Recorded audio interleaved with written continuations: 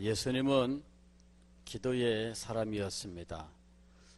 우리가 예수님의 기도 생활에 대해서는 여러 차례 살펴보았지만 정말 예수님의 생애는 기도로 점철되어 있는 생애였습니다. 예수님께서 그렇게 크고 놀라운 일들을 행하셨던 그 배후에는 예수님의 기도가 있었다는 사실을 우리는 기억해야 됩니다. 예수님이 날마다 새벽에 기도를 했고 때로는 철야하면서 기도를 했고 제자들은 예수님의 사역의 비밀이 기도에 있었다는 사실을 알고 예수님에게 찾아와서 제 기도를 가르쳐 주옵소서 이렇게 기도에 대해서 요청을 하는 일이 있었습니다. 제자들은 예수님께서 어디에 가셔서 지금쯤이면은 기도하고 계시겠다. 그것을 알고 있었어요. 늘 예수님과 함께 했던 가룟 유다는 그 시간에 예수님은 어디에서 기도하고 계실 것이다. 그것을 알고 있었습니다. 그래서 대제사장에게 찾아가서 예수님을 넘길 수 있다고 큰 소리를 친 거죠. 그리고 그날 밤에 대제사장이 보낸 사람들을 이끌고 자기가 예상한 곳에 가보니 아니나 다를까 그곳에 예수님이 계셨던 거예요. 예수님은 기도의 사람이었습니다. 누구보다도 기도에 많은 힘을 기울이셨고 누구보다도 기도에 많은 시간을 들였던 분입니다. 그리고 기도할 때에는 그냥 평범하게 기도한 것이 아니라 자신의 모든 것을 다 쏟아붓는 기도를 드리셨습니다. 예수님의 기도의 삶을 히브리서에서는 심한 통곡과 눈물로 이렇게 표현하고 있어요.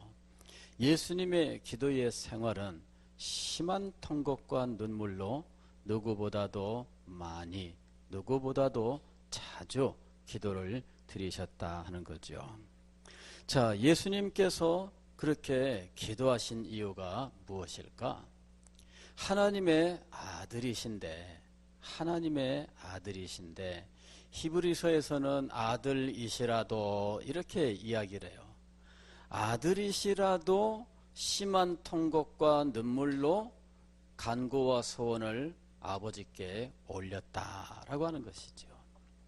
아들인데 그럴 필요 있을까요? 아들이면은 그렇게 안 해도 되지 않겠습니까? 아들인데 왜 마치 아들이 아닌 것처럼 많이 기도해야 할까요? 아들인데 왜 아들이 아닌 것처럼 자주 기도해야 될까요? 아들인데 왜 아들이 아닌 것처럼 심한 통곡과 눈물로 기도를 드리셔야 했을까요?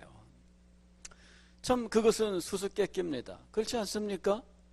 아니 관계가 없는 사이라면 가서 여러 차례 찾아가고 간청도 한다지만 아들이라면은 그럴 필요가 없을 거 아니겠나. 우리들 같으면 그럴 거예요. 그런데 아들이신데 예수님께서 그렇게 하셨어요. 예수님의 그 기도의 삶은 단지 예수님의 필요만을 위한 것이 아니라 우리를 위한 것이었다는 사실을 기억해야 됩니다. 우리가 예수 그리스도를 닮아간다면 예수님의 거룩한 성품을 닮을 뿐만 아니라 하나님을 사랑하는 그 마음을 닮아야 할 것이고 무엇보다도 예수님이 기도하는 분이셨다는 사실을 기억해서 기도의 삶을 닮아야 한다 하는 거예요. 예수님을 닮기를 원하는 사람은 무엇보다도 기도를 닮아야 돼요. 예수님 그분의 거룩한 성품을 사모하고 그분의 모든 능력을 사모하는데 그분의 기도를 얼마나 사모하느냐 하는 거예요. 예수님의 삶은 단지 예수님 당신 자신의 필요만을 위한 것이 아니라 오늘 우리를 위한 것이었다는 사실을 기억해야 됩니다. 오늘 우리가 읽은 시편 2편에 나오는 말씀은 예수님께 대한 예언의 시라고 부르는 부분입니다. 내가 여호와의 명령을 전하노라. 여호와께서 내게 이르시되 너는 내 아들이라. 오늘 내가 너를 낳았도다. 하나님께서 이제 당신의 아들을 이 세상에 보내시는데 너는 내 아들이라 이렇게 말씀을 하셔요. 그런데 여기 보면은 내 명을 전하노라 이렇게 얘기를 하고 있습니다. 내 명을 전하노라. 그러면 하나님 아버지께서 자기 아들에게 명령이라고 표현하면서 전하노라 이렇게 이야기하는 그 명령은 무엇이냐 하는 거죠. 여호와의 명령이라고 부르는 건 뭐였느냐 하는 거예요. 그것이 바로 8절 처음에 나오는 말입니다. 너는 내 아들이다. 그러므로 너는 어떻게 하라? 내게 구하라 이거예요. 내게 구하라. 여기에 비밀이 있는 겁니다. 왜 예수님께서 하나님의 아들인데 그렇게 많이 기도하셔야 됐을까? 왜 하나님의 아들인데 그렇게 자주 기도하셔야 했을까? 왜 하나님의 아들인데 심한 통곡과 눈물로 기도를 하셔야 했을까? 여기에 비밀이 있는 거예요. 여호와께서 명령이라고 표현하면서 전하신 말씀이 있습니다. 너는 내게 구하라 하는 거. 너는 내게 구하라. 내가 이방 나라를 내 유업으로 주리니 내 소유가 땅끝까지 이르리로다. 유업으로 준다는 말은 상속으로 준다는 이야기입니다. 그런데 그냥 당연히 그냥 아들이니까 상속을 받는다.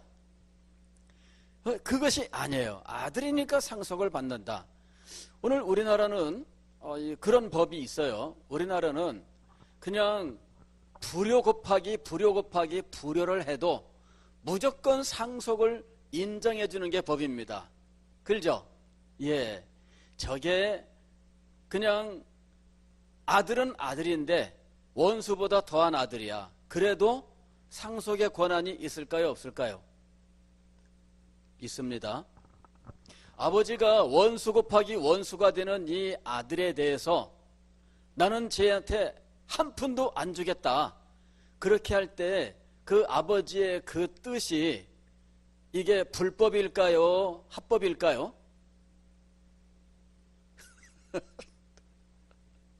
우리나라는 불법이에요. 우리나라는 이 상속을 시키는 사람의 권한을 최소한으로만 인정해요. 우리나라는. 그래서 상속을 시켜주는 이 사람의 권한이 없어.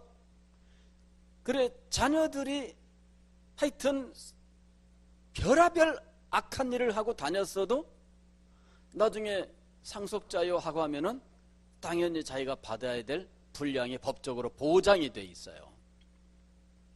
우리나라는 불합리해요, 사실은. 예, 이거 굉장히 불합리한 겁니다.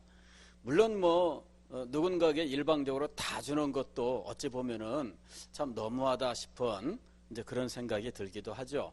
가령 몇 년 전 일입니다만은 독일에서 어떤 큰 부자가 죽었는데 이 부자가 유산을 누구에게 남겼느냐 하면은 자기가 키우던 개한테 유산을 남겼어요.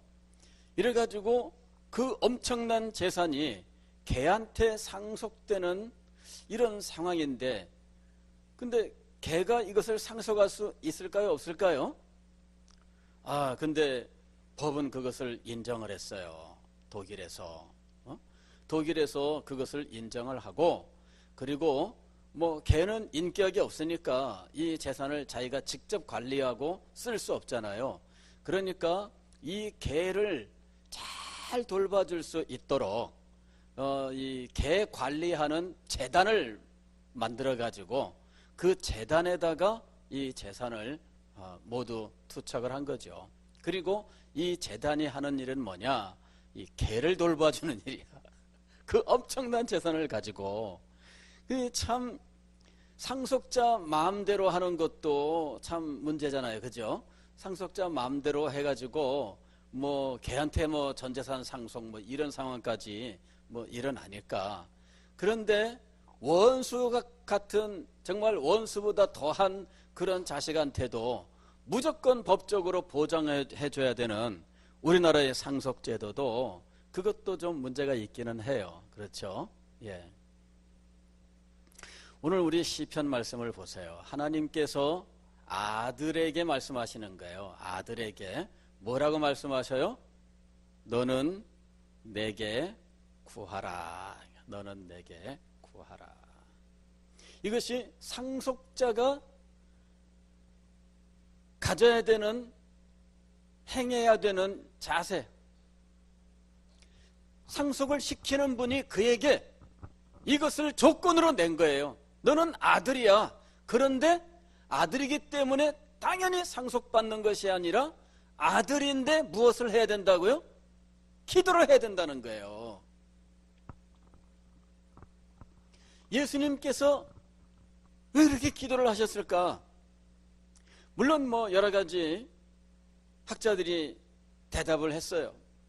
예수님은 비록 하나님이시지만 육신을 입고 있는 동안에는 육신의 한계를 가지고 있었다. 그래서 육신을 따라서는 하나님 앞에 기도해야 했었다. 이렇게 이야기를 해요. 물론 뭐 그 말도 뭐 일리가 있어요. 그러나 더 큰 의미는 무엇일까? 더 큰 의미는 무엇일까?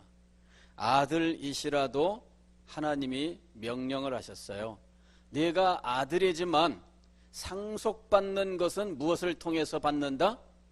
기도를 통해서 받는다는 거예요. 기도를 통해서 받는다. 상속에 대해서는 이미 하나님의 뜻이 있어요. 그러나 하나님의 뜻이 있을지라도 반드시 그것은 무엇을 통하여 받게 되어 있느냐 하면 기도를 통하여 받게 되어 있는 겁니다. 하나님께서 우리가 무엇을 필요로 하는지, 우리가 무엇을 간구할지 다 알고 계셔요. 그러나 하나님께서는 이 모든 것에 대하여 우리에게 공급하시기로 작정하고 계신다 할지라도 그것을 막상 우리는 어떻게 얻게 하셨느냐 하면 기도함으로 얻게 하셨던 거예요.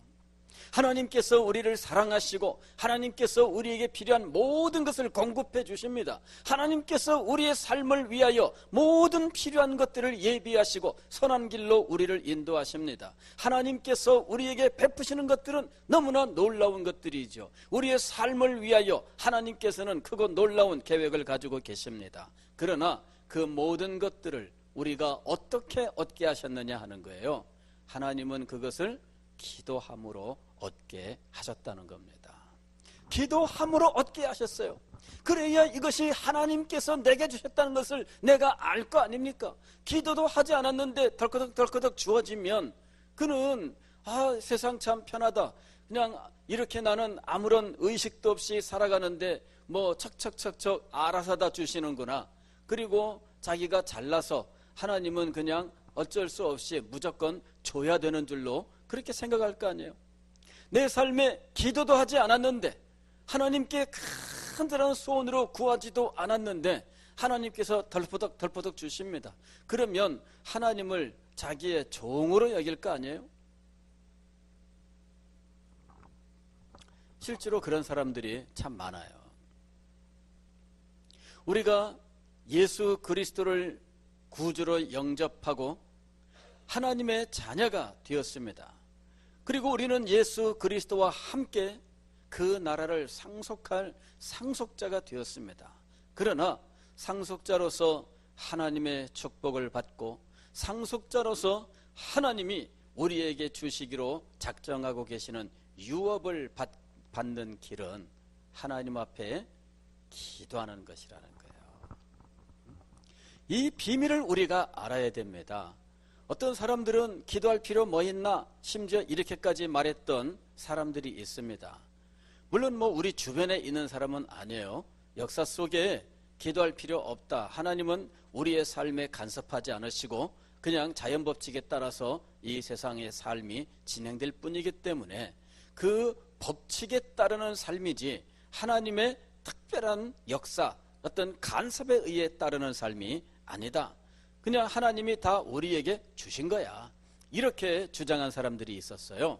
그러나 하나님께서는 우리의 삶이 이 세상의 어떤 법칙에 따라서 그리고 이 세상의 인과관계에 따라서 살아가게 하셨지만 그러나 이 모든 법칙과 인과관계를 하나님께서 주장하고 계신다는 거예요. 그러면서 우리가 기도를 통해서 이런 하나님의 역사를 누리고 하나님께서 예비하신 것들을 받아 살게 하셨다는 거죠. 예수님께서는 당신의 기도의 삶을 통해서 우리에게 이런 사실들을 가르쳐 주셨던 겁니다.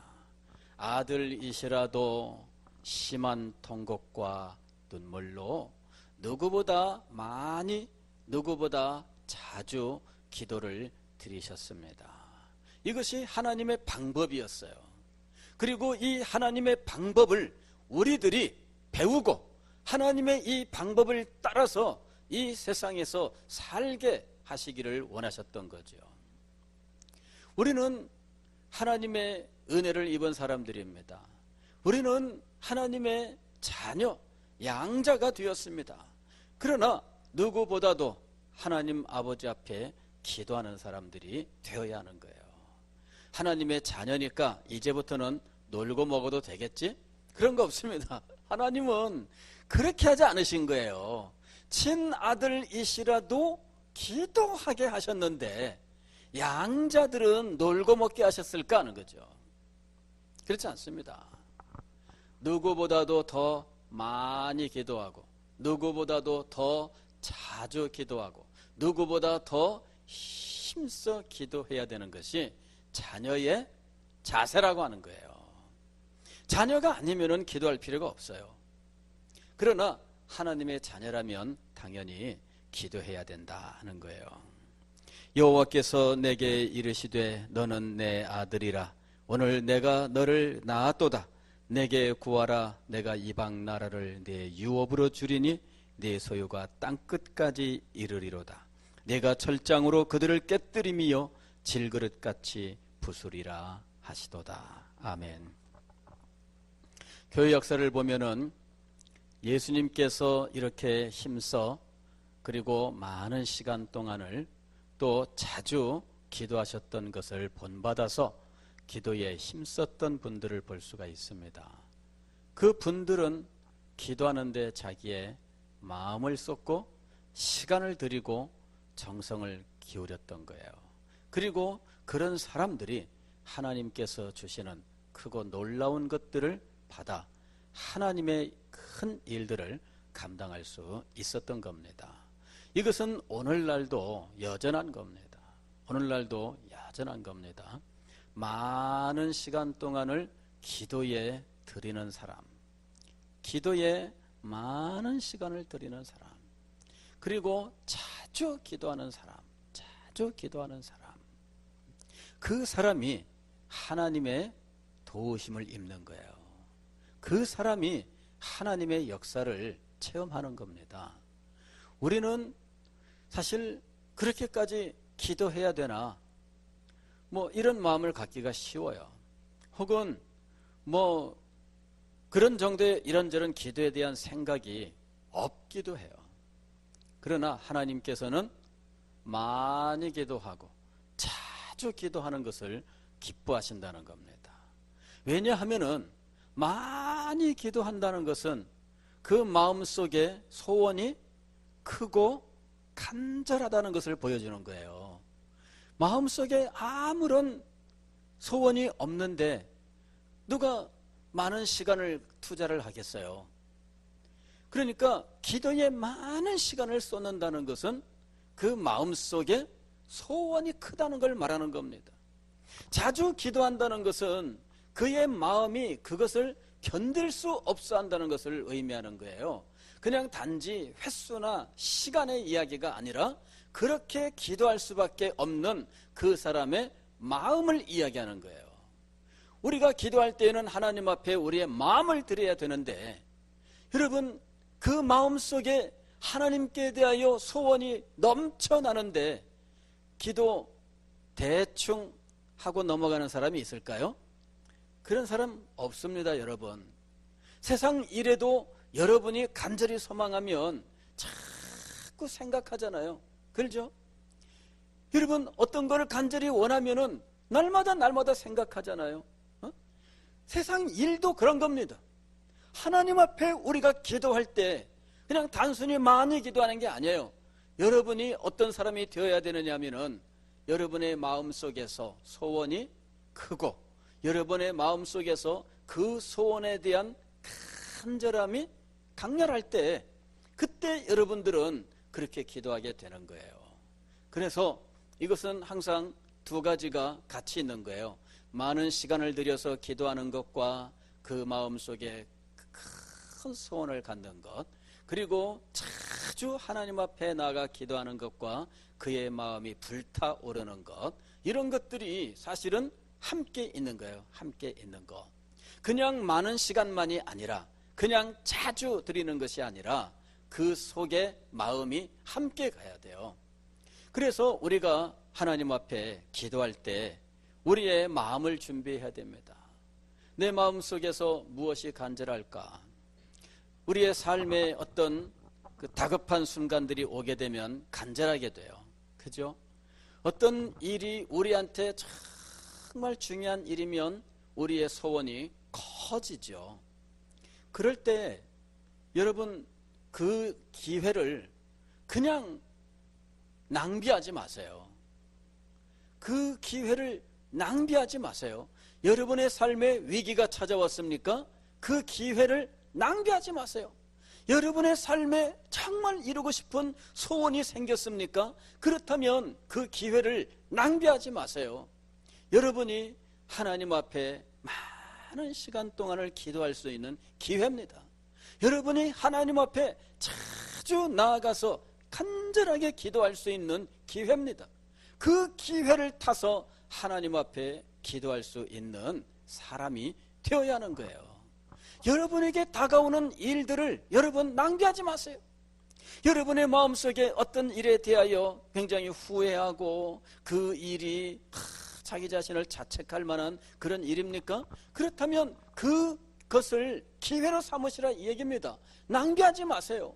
그것을 시간이 흐르면서 마음이 무뎌지고 잊어버리고 그냥 넘어가지 마시고 그럴 때에 하나님 앞에 나와서 기도하셔요. 그러면서 하나님 앞에 누구보다 더 많은 시간 동안을 기도하고 누구보다 더 많이 자주 기도할 수 있는 기도의 사람으로 점점 변화되어가는 기회로 삼아라 그 얘기입니다. 자기의 삶에 문제가 일어났습니다. 그걸 가지고 하나님 앞에 나아가서 기도하는 거, 이거 평소에 기도 안 하는데 지금 기도하면은 너무 좀 속이 보이잖아. 그죠? 우리는 속 보이는 거 참 싫어해요. 한국 사람들은. 그죠? 예. 한국 사람들은 속 보이는 거 참 싫어합니다. 그런데 하나님 앞에서는 괜찮아요. 왜냐하면은 우리가 하나님의 자녀이기 때문입니다. 속이 뻔히 보이죠. 네가 기도하지 않았는데 네가 지금 나왔어? 요 문제 때문이구나. 하나님 다 아셔요. 다 아셔요. 예. 그런데 하나님께서 속 보인다. 평소에 안 했으니 컷. 이렇게 안 하신다는 거예요. 그렇게 안 하십니다. 하나님의 방법은 그렇게 속 보이는 우리의 기도를 통해서 어느덧 우리를 기도의 사람으로 이끌어 가시는 거예요. 이끌어 가시는 거예요. 그런 모든 것들을 하나님께서 사용하셔서 우리를 하나님의 자녀 그리고 기도의 용사로 만드셔서 하나님께서는 이 기도의 용사를 통해서 이 땅에 하나님의 크신 뜻을 이루신다 하는 겁니다. 어떤 분은 그렇게 이야기를 했어요. 하나님께서 무슨 일이든 하실 수 있으시지만 그러나 하나님의 사람들의 기도를 통해서 일을 하신다. 혼자 하지 아니하시고 거기서 중요한 건 뭐냐면은 혼자 하지 아니하시고 이거예요. 혼자 하지 아니하시고 하나님의 사람들의 기도를 통해서 함께 하신다는 거예요. 심지어는 기도가 있어야만 하나님이 그 일을 하신다, 이렇게까지 이야기를 해요. 기도가 있어야만 그 일을 하신다. 하나님께서 우리의 기도를 얼마나 기다리고 계시는지, 또 우리의 기도를 얼마나 소중하게 사용하시는지 우리가 알아야 됩니다. 예수님께서 아들이시라도 하나님께서 죄인을 구원하시고 그리고 이 세상을 하나님의 나라로 회복시키시며 궁극적으로 새 하늘과 새 땅을 이루시는 이 일을 위하여 아들을 보내신 거예요. 그럴 때 아들은 이 하나님의 소원을 하나님 앞에 간절히 기도하고, 그리고 하나님은 아들의 기도를 들어서 우리에게 하나님의 작정하신 바를 이루셨던 거죠. 아들이 기도하여 그 기도를 통하여 이 땅에 구원의 역사를 이루신 거예요. 그리고 아들의 그 기도를 통하여 저들만 아니라, 즉 예수님의 제자들뿐만 아니라 저들을 인하여 믿게 될 자들을 위하여 기도하셨는데, 그 기도를 하나님께서 들으시고 오늘날 우리들에게 역사하시는 거예요. 그러니까 바로 그 기도를 통해서 역사하신다는 말이 틀림이 없습니다.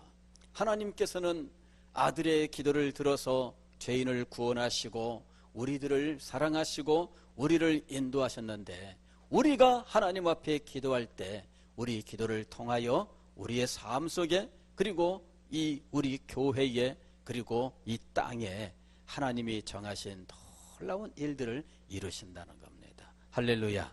우리의 기도가 얼마나 크고 놀랍고 영광스러운 것인지 모릅니다. 오늘 이 밤에 아들이라도 하나님 앞에 간절히 아주 많은 시간 동안을 자주 기도 드리셨던 예수 그리스도를 바라보시고 예수님을 닮아서 예수님과 함께 기도하는 여러분이 되시기를 바랍니다.